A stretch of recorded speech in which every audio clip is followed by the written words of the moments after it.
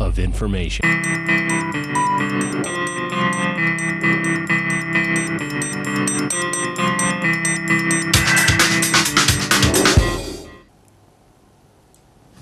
Hillary Clinton and Barack Obama split victories on the biggest day of voting in the race for the Democratic presidential nomination.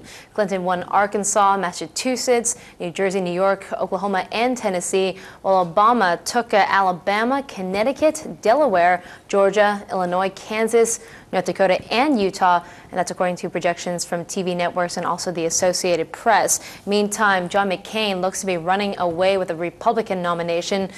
So how could these elections in the U.S. translate over here to Asia? Well, let's ask Reuben Mondejar, who is the director of the Global Business Management Program at the City University of Hong Kong. So Reuben, first off, let me just get your reaction so far to Super Tuesday. Any big surprises?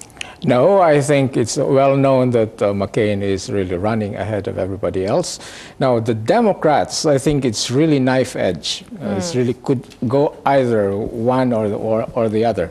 But I think the big thing now to think is what would happen if any of them win. So I think McCain, given his pronouncements and given his background, it will be more of the same of Bush, but harder line. Meaning what, though? Okay, this guy is a Vietnam War veteran, so he will take China as strategic competitor rather than strategic partnership, which was the Clinton strategy for China. So it's strategic competitor, and he will take a harder line on Korea, already hard now, on Myanmar, already hard now, as you know what Condoleezza Rice, she snubbed ASEAN meetings for some time, and so it will be harder, I think. So this guy knows what he's doing, and he's not mincing his words. So he'll be more standoffish. More standoffish. Okay, but if it will be Hillary, it will be, I think, closer to what it was during Clinton years. Which more is engagement. More engagement, more friendly to Asia. And I think, of course, there will be a sticking point of the trade surplus, which will be the same for any one of them. Now, if it's Obama, I think it's closer to the Democrat policy, because of partisan politics in the U.S., closer than it would be with Bush. Because remember, this guy is campaigning for change.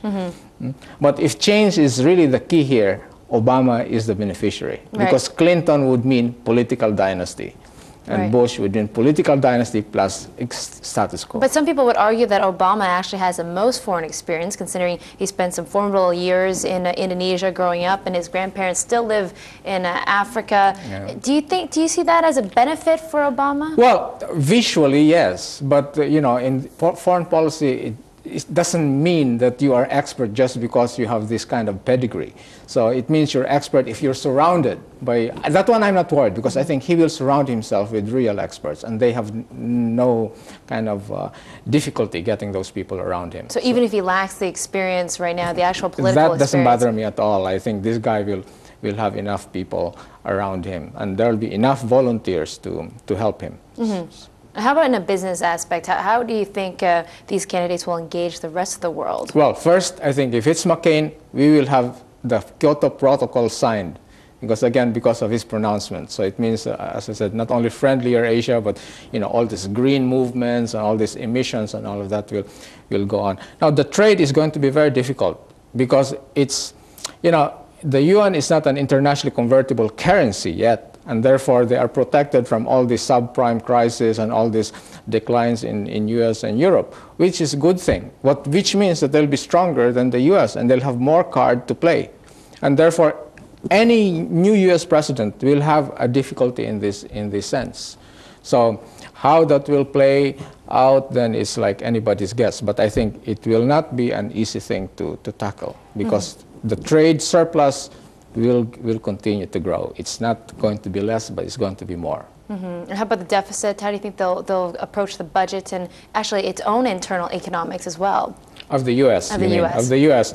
Well, I guess you know, if you have a new president, they will follow certain lines, like McCain said about the taxes. You know, about he will, I think, follow what he's already advertising now, what he will do if he wins. So I think that will be a big thing for them domestically. And the other thing as well is the immigration. Yes, again, McCain is for more liberal immigration. He already said he will grant amnesty to all the illegals. Again, so that's very different from either Clinton or Obama. So again, this means, you're talking about business. How does immigration affect business? It means that wages will be lower. So it means that, okay, all these people coming from Mexico, also even production costs will be lower, because you will have all this maquillaje of coming from Mexico, all that, and they'll play very well the NAFTA, the benefits they have with the NAFTA. That will be closer to kind of McCain. Okay, Reuben, I can't let you go without asking for a prediction in the, let's start off with the Democratic race. Who do you think is going to get the nomination? Very close to call, but my personal feel is this will be Obama. Ooh, Obama. Okay, now between the Republican and the Democratic race for the White House? If they repeat what they did for Bush, it will be McCain, because they'll bring out all the social policy issues that the delegates will be afraid to put Hillary. Okay. Well, and they also say that the Republican side will actually rally around their single candidate, whereas there's more of a split among the Democratic. Right in the middle. Right. It's like a heart divided. Okay, Reuben. Thank you for joining us today and sharing your time. That's Reuben Mondejar, City University of Hong Kong. And still to come here on Bloomberg Today, watch out, Starbucks, U.S. coffee chain Dunkin' Donuts plans to re-enter the China market after an 8-year absence. And the CEO explains why the time is right now.